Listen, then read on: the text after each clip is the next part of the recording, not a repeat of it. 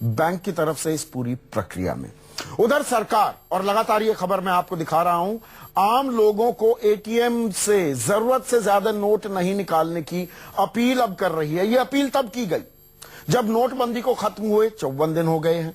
मैं आपको लगातार बता रहा हूं, एक तरफ बचत खाते से कैश निकालने की बंदिशें खत्म की जा रही हैं, 50,000 रुपए तक निकाल सकते हैं एक हफ्ते में। दूसरी तरफ एटीएम से कम पैसे निकालने की नसीहत दे रहा है हमारा जो वित्त मंत्रालय है।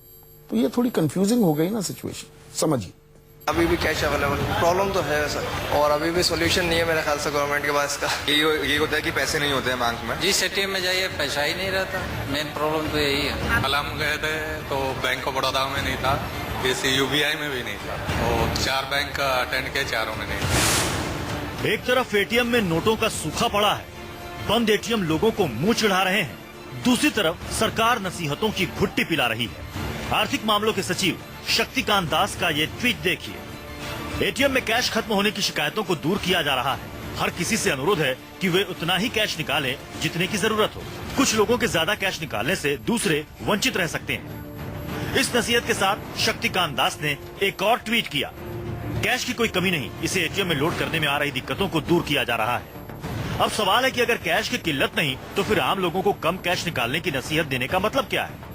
एक तरफ बचत खाते से कैश निकालने की बंदिशें खत्म की जा रही हैं, दूसरी तरफ एटीएम से कम नोट निकालने की सलाह दी जा रही है। न्यूज 24 हफ्ते भर से लगातार एटीएम का रियलिटी चेक दिखा रहा है। न्यूज 24 के सवाल पर वित्त मंत्री ने दावा किया था कि बैंकों के पास नए नोटों की कोई कमी नहीं।